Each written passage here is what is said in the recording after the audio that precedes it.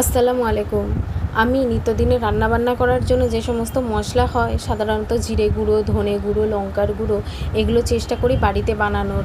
আর জিরে ধনে গুঁড়ো শেষ হয়ে যাওয়ার কারণে আজকে আমাকে বাড়িতে বানাতেই হতো, তাই বানাচ্ছিলাম আর ভাবলাম আপনাদের সঙ্গে সেই ভিডিওটা আমি শেয়ার করি।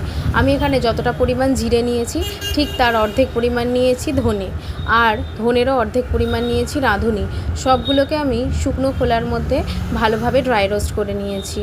এগুলোকে এবার আমি একটা বাসনের মধ্যে ঠান্ডা হতে দিয়েছি।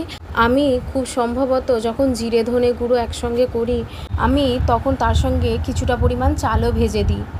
এটা আমার মায়ের কাছ থেকে শেখা। আমার মাও যখন বাড়িতে মশলা বানায় ঠিক এইভাবে চাল ভেজে জিরে ধনের সঙ্গে মিশিয়ে দেয়।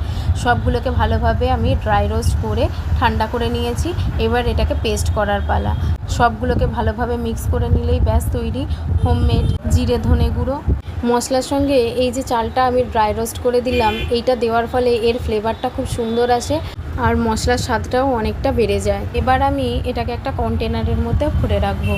লঙ্কার গুঁড়োও আমার প্রায় শেষ পর্যায়ে হয়ে গেছে, তাই যখন লঙ্কার গুঁড়ো বানাবো তখনও আপনাদের সঙ্গে শেয়ার